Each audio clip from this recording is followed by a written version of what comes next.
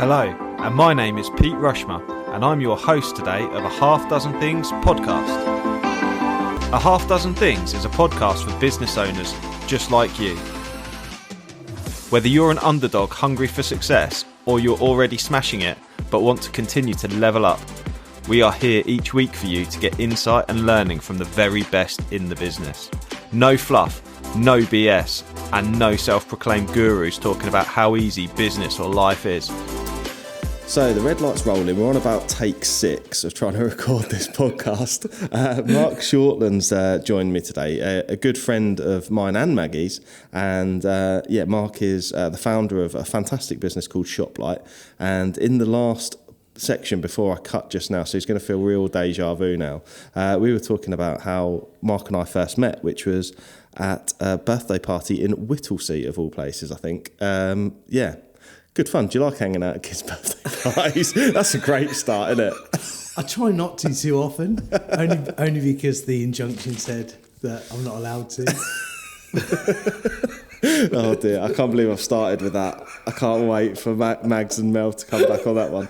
Anyway, Mark and I have known each other for quite some time, and Mark has been pivotal in helping me to found flagship. I've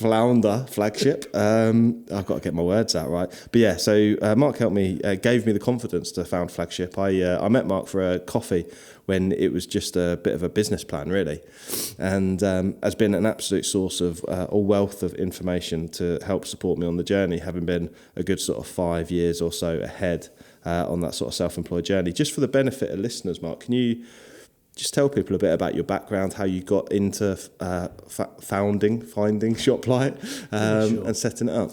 Yeah, I think it's probably not a particularly fashionable story nowadays, in that I'd worked in the industry in which we find ourselves, which is lighting retail stores for some national and global chains.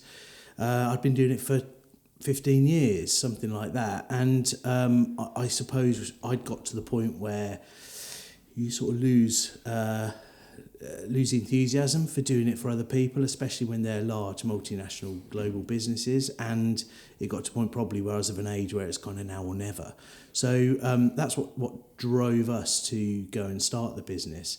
And then I think after that, of course, you find your passion. But I guess for younger people who often want to be entrepreneurs, I never did. I wanted to set up a better company than those I'd left behind. Mm-hmm. And perhaps the word entrepreneur followed later, if that makes sense. Yeah, absolutely. And how long have you been in sort of working for? Get my words out today, mate. I think it's because I've got a cold and I'm trying not to snivel. There we go. There it was. I'm looking around for the tissues. There aren't any. So I'm just going to have to use my sleeves. It's fine.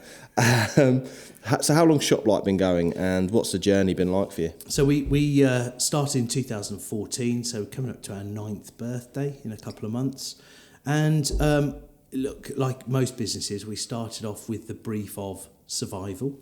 So, year one, right, what do we need to do to be able to, remember Mel and I had 4 young kids, and, like a lot of people, all the things that come with that, with mortgage and everything else. And it was a case of, okay, what do we need to do to survive? So we set upon a figure of £500,000 of sales. And our first year was amazing. We had a lot of old clients who decided to move with us with the new company, and we did just short of £1 million in year one. And actually, what you then think is, well, this is it.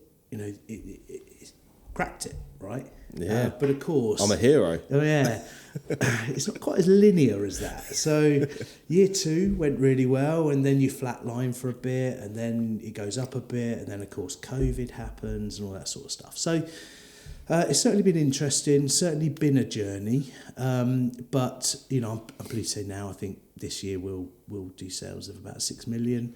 We're doing some lovely work, stuff I'm really proud of, and we've got some really exciting innovations coming through as well. So I guess we're starting sort of phase 2 of Shoplight, really. Yeah, it sounds really, really exciting. So just for the benefit of the listeners, Mark, can you tell them a bit more about the actual business itself and your customers and the type of situations you solve? Sure.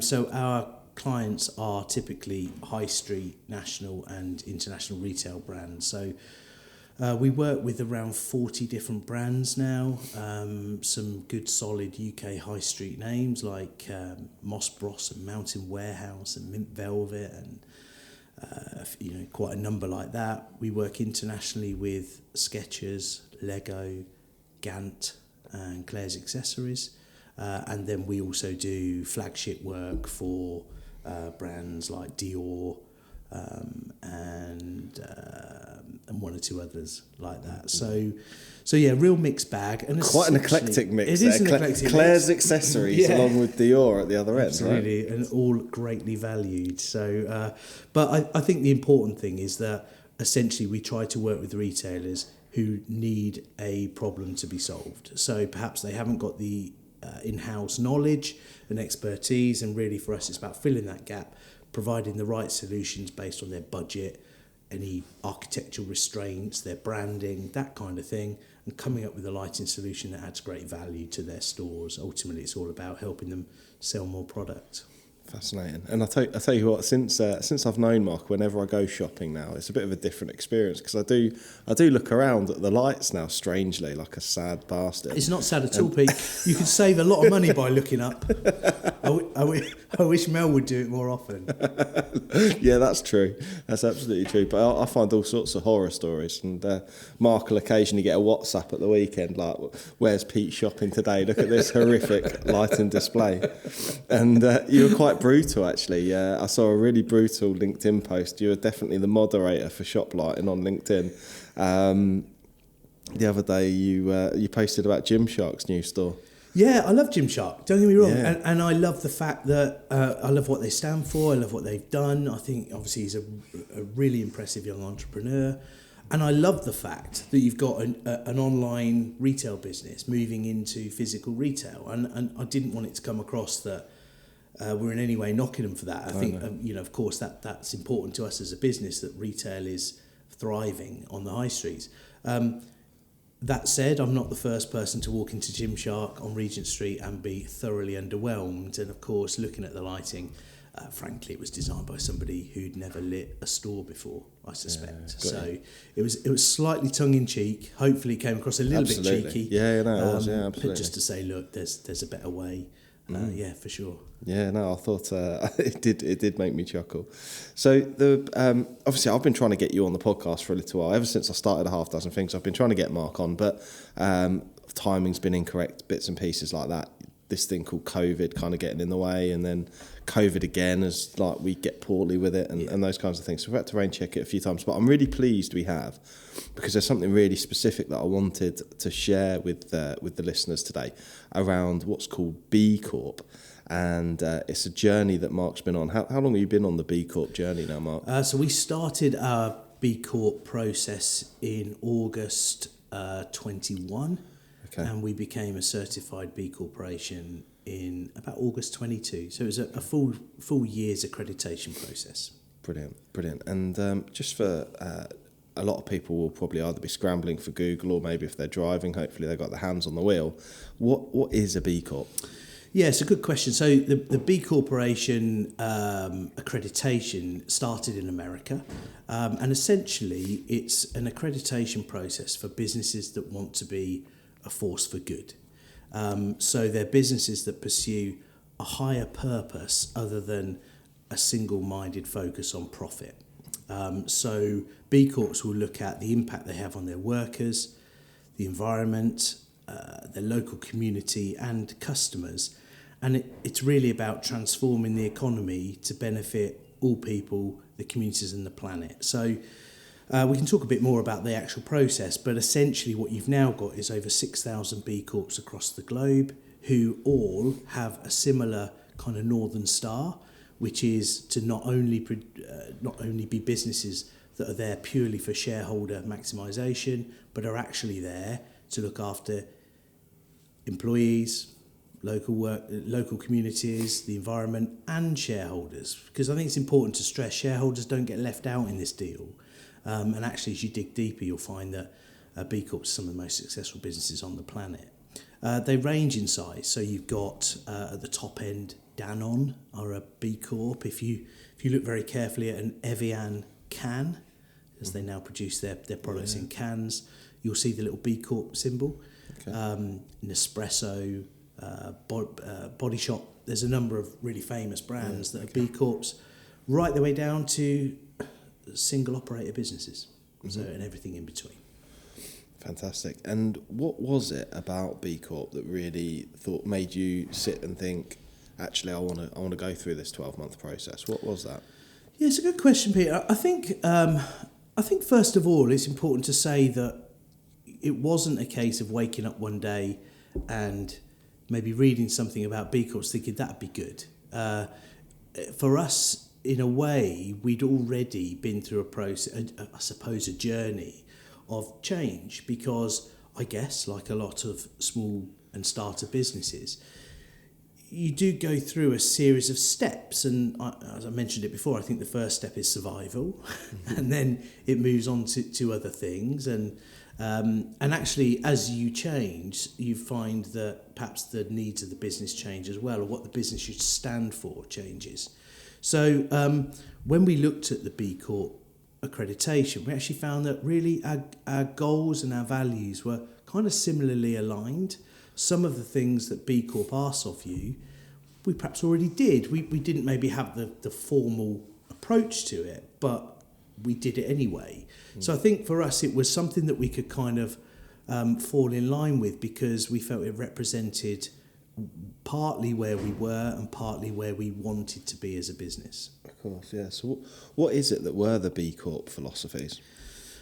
So essentially, as I mentioned before, B Corp has a kind of overarching ambition to transform the global economy, and it wants to do that by focusing on long-term value over short-term gains. So theoretically, at least, if P&O, not the cruises, sorry, the ferries, was a B Corp, then it probably wouldn't have made all of its staff redundant overnight. Sorry, I shouldn't laugh. No, I know. But that's crazy. I can't believe I have to say it. I mean, that's the amazing thing about this. But that's unbelievable. Whenever it was, 2022, I think it was. It was last year, but it wasn't that long ago. It feels a long time ago. But exactly. Wow. I mean, we're talking about a company that's effectively owned by the Dubai state government, having to break UK employment laws to lay off its staff overnight and then employ temporary staff to man its ferries, and they got away with it. I mean, it's extraordinary. But you would argue if they were a B Corp, they would have had to look at their philosophies and their values and their legal obligations and gone, well, it might work for the shareholders, but it doesn't work for the employees, therefore we can't do it. So that's important.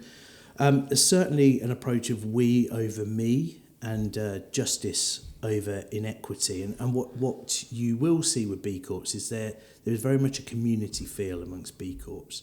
They try to help each other, they try to be open, honest and transparent, and very much try to embrace a community of business, because we know that we can all achieve more together than individually. And I think the Better Business Act is a really great example of how B Corp can kind of foster the bigger voice to try and change legislation.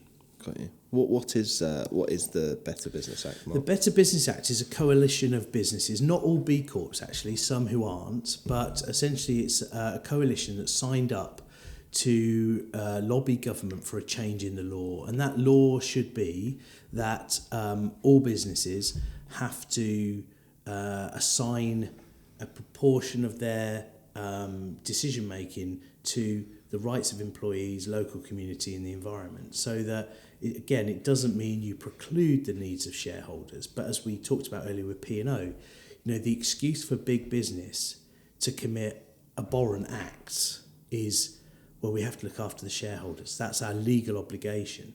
And in fact, it would still be their legal obligation, but they would also have to consider these other factors.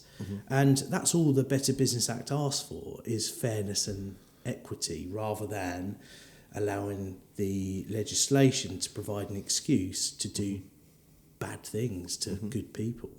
Yeah, fantastic. It's quite interesting when I hear you sort of talk about that, because our customer base at Flagship Partners are largely heavy goods fleet operators, and it's interesting because they are regulated by the Traffic Commissioner. So the Traffic Commissioner, to be able to operate and have an operating centre and those kinds of things, actually they have to advertise in a paper. It's very old school. They have to advertise in a paper, and the local community can actually challenge. They can actually stop a business from operating correctly, and also to the point where if people make complaints to the Traffic Commissioner about the behaviour or the way an operator's behaved, they can call them to a public inquiry, or tea and biscuits with the Traffic Commissioner, whatever you like to call it. And they're usually pretty awkward conversations. Yeah. It's just quite interesting because it's such a highly regulated industry, and I think that's a great thing. A lot of people in the industry don't agree, but I think it's a great thing. And it's interesting how the Better Business Act is kind of going, actually, we need some level of regulation here for businesses to ensure that they're morally doing the right thing. Yeah, for sure. And I think actually then that leads to making good decisions. And I strongly believe that, we've been through 20 years of a massive drive for globalisation. And that actually, of course, it's not going to go away. I don't think anybody's naive enough to think that China or Asia, parts of Asia, won't be huge contributors to the global economy. But I also feel that there's a shift, and that shift is coming back to locality, to community, to businesses looking after people around them, and the extension of that.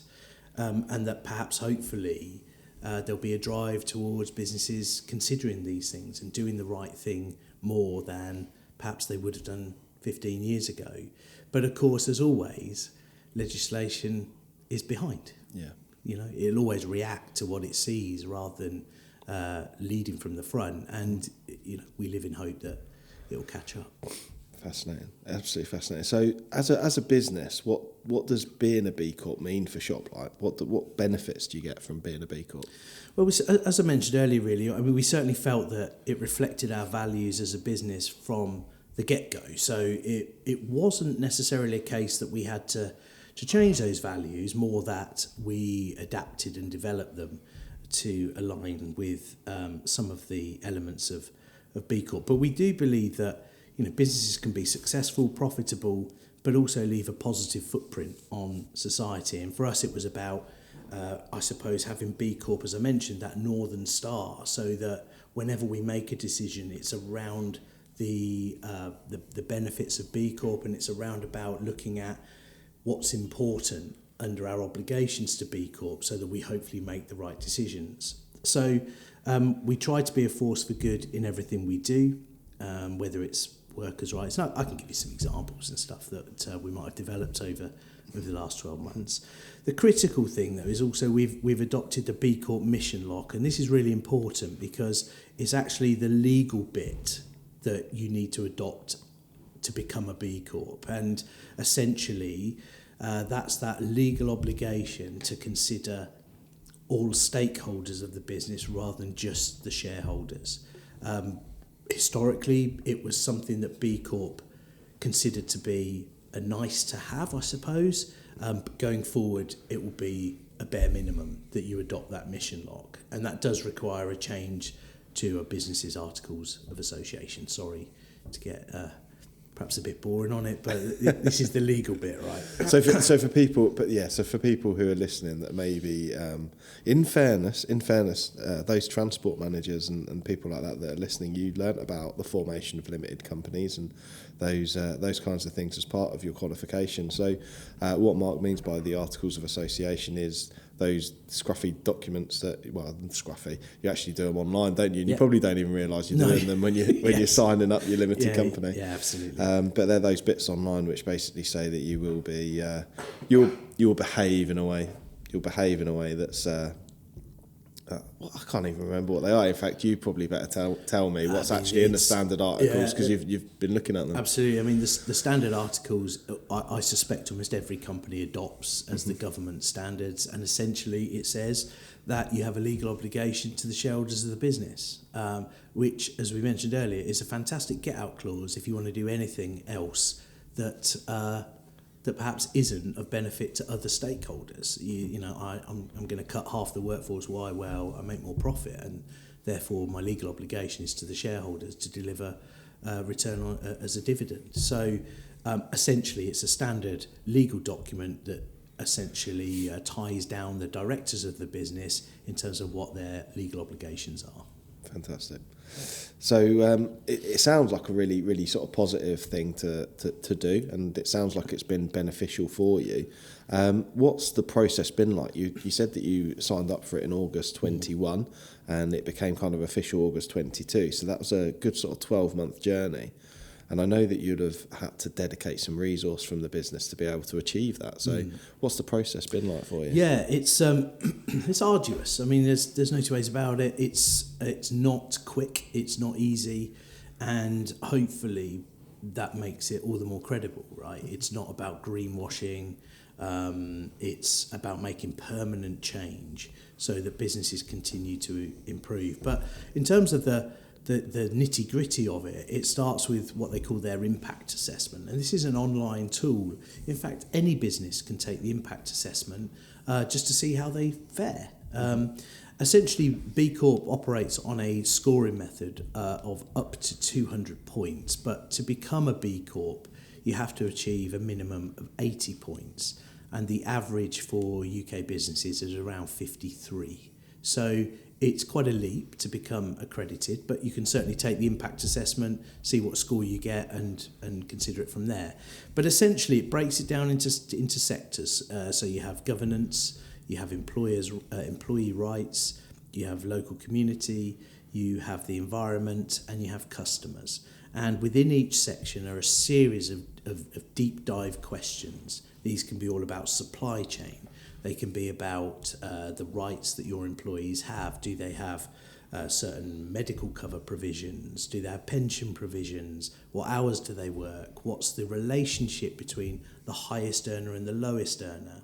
Is there a minimum legislation in terms of pay? And obviously in this country there is, but not in every country. And each question dictates a score depending on your answer. It could be 0.14 of a point or 0.6 of a point or whatever it might be. Oh, wow, right, okay, so it really does go into some really fine deep. details. Yeah, now what it will also ask is for detailed evidence of each. So if, for example, you were to say, well, we accredit our suppliers every year, we go and visit their factories and we make sure that they don't employ children and they don't tip toxic waste into the local river, then you'll be expected to prove that they don't do it and that you go and check them that sort of thing happens. So it's very detailed. Once you get to a point where you're ready to kind of submit your response, you then have a first line assessor. They'll go through everything that you've submitted, and at that point you might see your score go up and down a little bit depending on what they find. Mm-hmm. They then ask a series of follow-up questions, and this will be requests for more information, for clarification, and at that point you're assigned a senior assessor. Mm-hmm. And this will then include interviews through Zoom or Teams, whatever, more questions, more responses, and then hopefully at the end of that, finally, you'll become an accredited, certified B Corporation. And that's when your score is finally... Hi, it's Pete from Flagship Partners. We're proud to sponsor a Half Dozen Things podcast. Flagship Partners help their clients become safer, greener and greater through a range of consultancy and training services. We offer audits through to risk assessments, contracts through to support with managing your culture, all the way from mandatory training through to management training as well. So if you need any support, please do get in touch with Flagship Partners today. Finally approved. It's interesting what you said there. You changed from accredited to certified. Sorry, yeah. So it's just an interesting point of clarification, because I know that a lot of, we help companies with accreditations, things like ISO standards and recognition and those kinds of things. There seems like there's a clear difference there between the certification and accreditation. Yeah, and again, remember this started in America, so the word certified appears far more regularly than accredited. So apologies. That's okay. Is there any reason for that? Is it just that it's Americanized and that's the terminology they use? I think so, and there is a thing where I'm not sure whether B-Corp approve this or not, but you will see some companies now starting to use B-Corp pending on literature and social media. That essentially means that they've been through the assessment process, they've submitted all the information, they've had the final assessor, and they're now just waiting for the decision. And typically, I suspect most will know that their score is probably about there.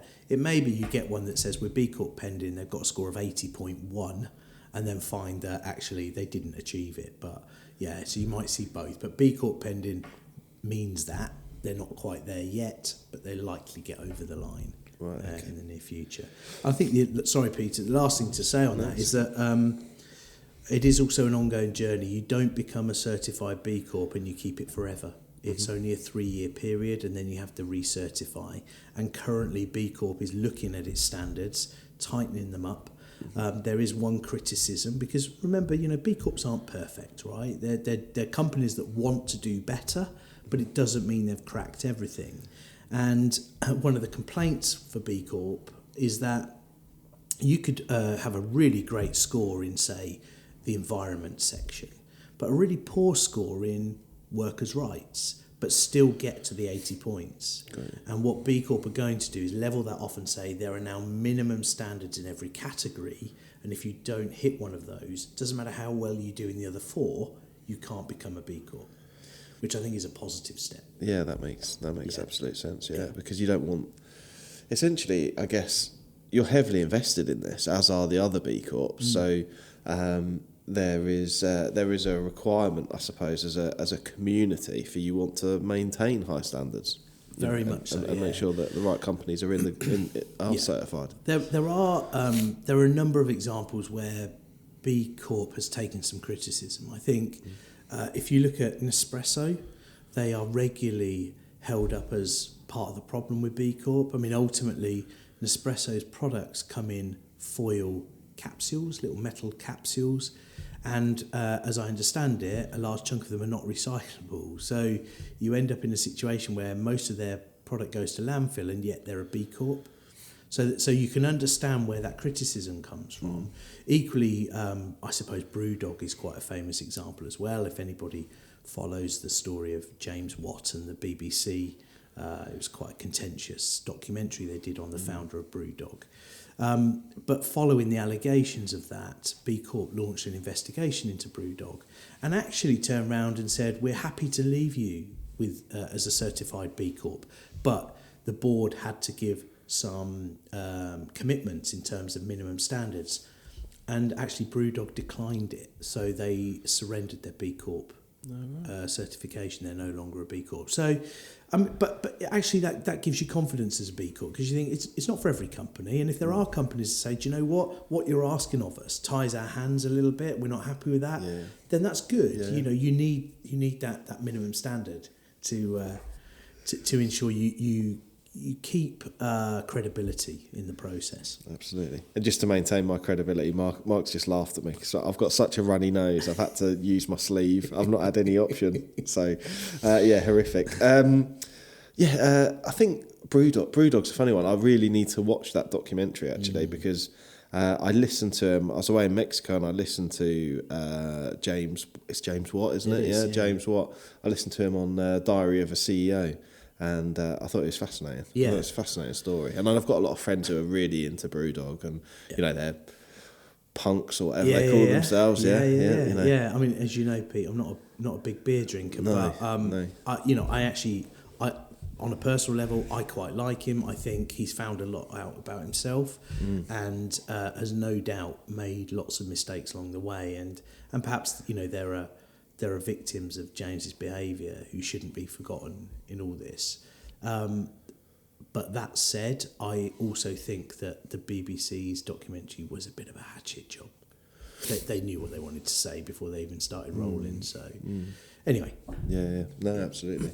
So the fifth area we wanted to talk about was what are the benefits of being a B Corp? What is it that you're seeing from being part of the community?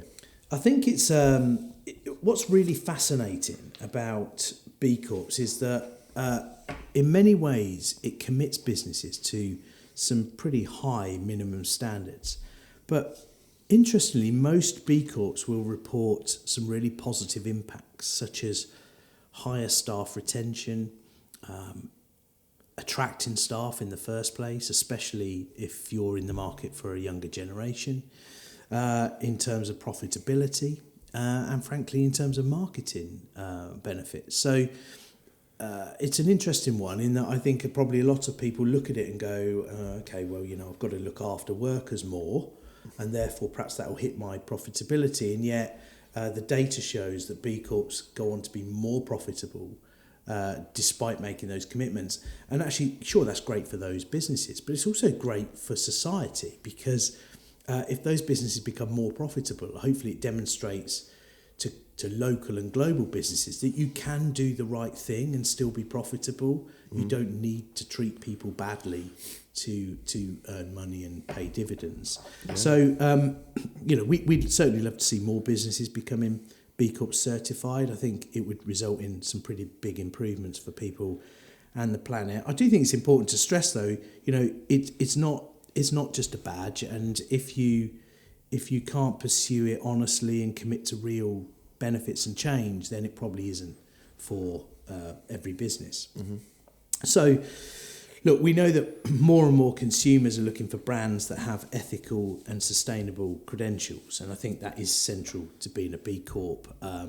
We certainly, as a business, have employed some younger people, early 20s in recent months, and the feedback we get from them is that actually what attracted them to apply for the job in the first place was the B Corp certification. Oh, wow. Yeah. So, of course, you've got to follow it up, right? You can't just stick the badge on and then they turn up and maybe you don't treat them very well. But so that's important. But interestingly, it matters to a younger generation who are perhaps looking at career choices or companies to work for. So I think that's important. The other benefits, hopefully, I mentioned it before, is it comes through staff retention. In that there's lots of things we do for our business. Shall I give you some examples? Would that be kind of helpful? So as a business, we always had a bonus scheme. So depending on how the company performed in a year, the directors would determine how much that went to the employees.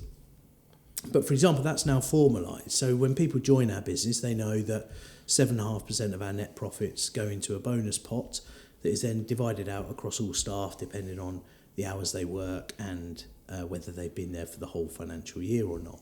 Mm-hmm. So there's a commitment there to say that, as a business, this is what we do. It's not up for grabs. It's not, down to a director to change the playing field and all that kind of stuff, right? It's there.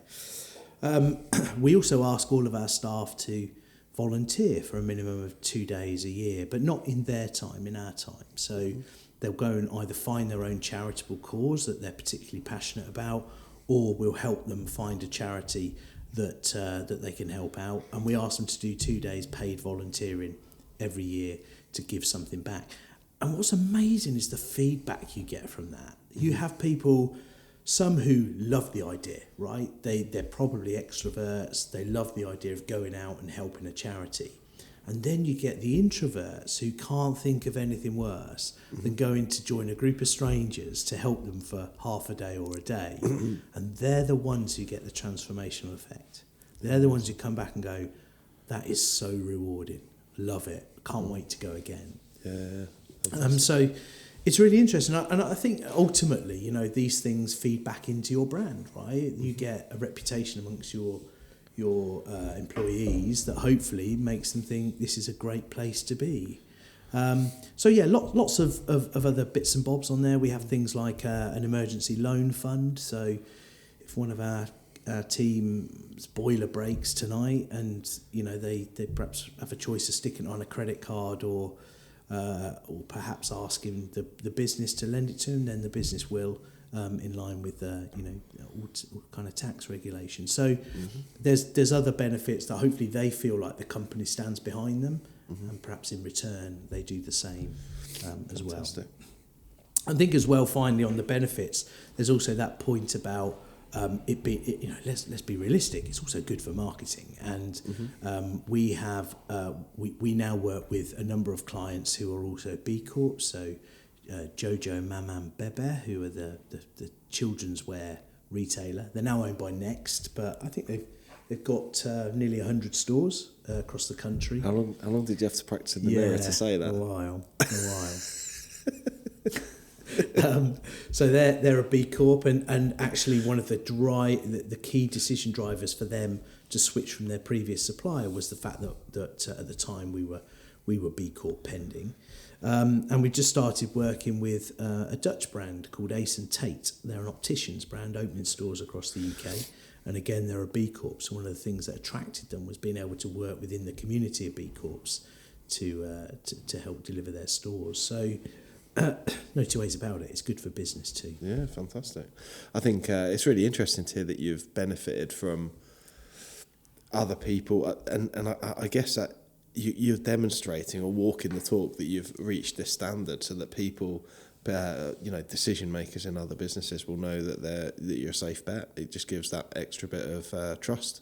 Yeah. Trust's so important in business, isn't it? Yeah, absolutely. I mean, I certainly hope so, and sometimes it raises more difficult questions. There was a period, this was before we started the B Corp process, but we started working with one of these high street, or we were offered the chance to work for one of these high street kind of casino brands. Do you know the sort I mean, up and down the high street? I know exactly what you mean. So one of the got all the one-armed bandits, and it's sort of like open all night. And, absolutely, yeah, and really sort of preys on the vulnerable potentially. Yeah, exactly. I mean, very, very high profit levels, massive returns on investment, and so they were keen to open as many of these as possible. And we got approached to say, would we work as the lighting supplier?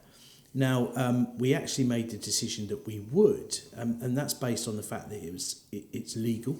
Okay, nobody's breaking any law, but we also made the commitment that any profit that we earned from that work, we would donate to a gambling charity. Amazing. So our idea was that perhaps we could turn our kind of our moral worries, I suppose, in terms of aiding that industry into something for good. So we made that decision to do that. Okay. And do you work with... to kind of bring that full circle, they're actually German owned, and the German parent company decided to take control back of all their suppliers, and so decided that the future suppliers would all be German, which is fine. So that took the question out of our hands, didn't it, a little bit? But I'm proud of the team. We sat there as a group. I think there were probably 14 of us at the time, and we sat there as a group and said, what do we want to do? Do we want to do the work in the first place? And if we do, how are we going to square this off for ourselves? And that was the decision that we came to. So I'm proud of us for doing that. Fantastic. Yeah, I think it's fascinating that you've got so many people now. I think, is it 20 in the team? 20 plus? 20 plus? Yeah. You 2 days of charitable giving a year, or volunteering a year from the team. That's starting to probably have some really big impact locally in the community. Yeah, I think so. Yeah, like I say, it's a real cross section of charities that get help. Care Zone here where we are in Fengate, they get a fair bit of our time. I donate my time to Young Enterprise, which is a charity that helps sixth formers, I suppose, at secondary schools to learn about business. So they get the opportunity to set up their own business, develop a brand, and they look for mentors to come and help each team each year, so that hopefully they can steer them in the right direction. So, and actually, I love it. It's great, really rewarding.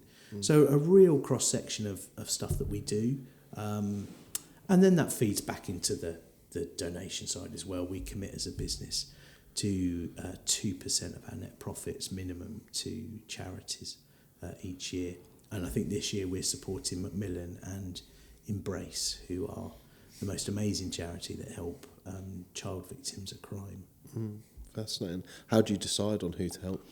In this year's case, we put it to a vote for our employees. So we asked everybody to nominate a kind of national charity and then a smaller charity. We wanted one of each size. And once we'd got the nominations in, we then put it to a vote.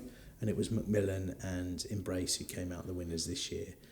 We'll see what happens in future years. There's something lovely about helping a smaller charity, I must admit. But so the team will decide who we help each year, and then occasionally we'll do other things on the side, as it were. So we recently became a corporate sponsor to an organisation called 2020 Change, who help black youths avoid gang culture. So they essentially mentor them through to employment to give them another way, another pathway in their life. Yeah, they only operate in London, but an amazing charity. Yeah, fascinating. I think it's always hard to find. It's always hard to know who to support, isn't it? I think it's always a challenge, and I find it tricky with nationals. Or my perception of nationals is that you kind of fall into this big hole of donations that you wonder what impact they've had, and it's not very heartwarming to support local charities as well. Yeah, I think you're right, and I suspect that some of the really big charities are probably awash with cash. I suspect at least part of the year, and I suppose it's about how you can make more impact through what you've got to give, and particularly locally. I think we talk about B-Corp and we talk about local community. I think for us, everything's a journey, right, Pete? So we're working this out as we go, but I think we're coming to the conclusion that actually we're a business that isn't the biggest, won't ever be the biggest, but serves clients nationally and sometimes internationally, but is a local employer. And as part of that, we should do everything we can to probably support our local community first, and if that's through charitable donations on a smaller level, then I think we're comfortable with that. Fantastic, excellent. So, what does a future hold, mate? What are you looking down the line? What are you looking for? I think the great thing about B-Corp, again, I'm apologies for keep saying this, but that Northern Star, right? It guides your decision-making process, and one of the things that that strikes us is that we are a bit of a conflict, in the sense that the products we supply are energy-saving devices, right? So they're LED light fittings, and typically they're saving energy each time you take out a traditional light source, fluorescent or halogen, whatever it might be, and put in an LED. But at the same time, they have an environmental impact. And in particular, there's a trend in the lighting industry to move lower cost commodity products to Chinese production. And of course, what comes with that is when you start shipping these bodies from China into Europe and then onto the UK, most of their carbon emissions come through production and transport. Mm-hmm. So we set upon a task about 12 months ago to develop a product that is produced locally and is actually made from bioplastics. Now, it's a very big challenge because heat emissions, which you get from lights, can cause issues in terms of dissipating heat and all that kind of stuff, and component damage. So at the end of February, we're going to a trade show in Germany called Euroshop, where we're going to launch our first ever bioplastic product. And what we very much hope is that the future model can be where you're able to produce locally to the retail store. So imagine if we were doing a Lego store in Berlin, and actually the products can be made close to Berlin. So all that carbon that's produced through transportation is essentially removed. So we've got some goals in that sort of thing, but also working with our current products. They're not bad in essence, mm-hmm. and it's about us refining them and making sure they're more and more energy efficient as we go as we go along. So from a kind of technical point of view and a company point of view and a product point of view, there's lots and lots we want to achieve going forward. In terms of us as a business, we want to give more to charity. We want to help our employees more. We want to keep pushing the boundaries of what we can and can't do for people. And we've got lots of plans in terms of trying to make those improvements. Fascinating. Absolutely brilliant. I think I'm a bit blown away, to be honest, because it's just a very different way of thinking, I suppose, to what I've been used to. I've got one final question for you, which is a little bit left field. So, a lot of our listeners are fleet operators and in varying positions within those organisations. So, this whole ethos, I know from experience, is sort of quite new to a few of them, and obviously, we're big carbon producers in our industry. What if you were to head up a big fleet operator? What sort of thing would you be looking to do to align more with a B-Corp ethos? Yeah, so it's a really good question, and you have to accept that my knowledge of the transport sector is, frankly, non-existent. But taught you everything you know. Yeah, exactly. What I would say is that there are clearly limitations within technology, right? We only operate 2 vans, but we're desperate to move to electric vans, but we do accept that the range just isn't there to enable us to take goods from Peterborough to Glasgow and come back again without running the gauntlet of finding chargers, right? So we accept that you can only operate within the technology available. So if I was that person operating a fleet, I would try to look at other areas where I can make those improvements, such as what else can I do for my drivers? How can I make their lives easier? How can I make their lives more sustainable? What can I offer them by way of a package? Could it be that there's something I can do that actually helps their families while they're away doing long distance deliveries, for example? Of course, you can also offset that carbon. So I'm slightly nervous of some of the schemes that claim to plant trees and don't. So I think finding a good carbon offset business is really important if you're going to go down that route. But then, I think it's more about doing those things and taking those small steps. And then perhaps it comes down to, I'm sure your customers do this already, but is there a way they can talk to their clients about minimising the number of drops a week to minimise the impact on the environment without perhaps reducing the service level that they deliver? So for me, it'd be those sorts of approaches. And remember, each step is important, and it can be a tiny step. Okay, we're not going to solve all these problems overnight, but I think as a collection of businesses, the first most important thing is the philosophy and making sure that the mindset is there to be a force for good. Yeah, fascinating. Absolutely fascinating. I think this interview and discussion has been really timely. So the podcast before that people have listened to, hopefully, obviously people coming to listen to this because you've drawn them to it. Well, obviously this will be the first time, but the regular listeners who will have just heard from a guy called Darren Newman, who runs a company called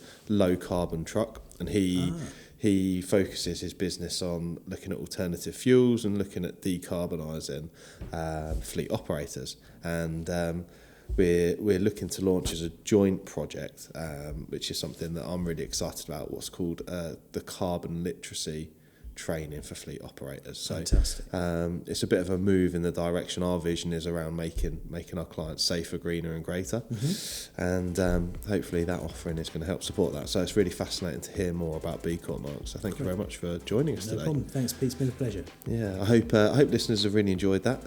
If you want to find out more about Mark or Shoplight, then have a look at Mark Shortland on LinkedIn. And what's your website, Mark? So it's www.shoplight.lighting.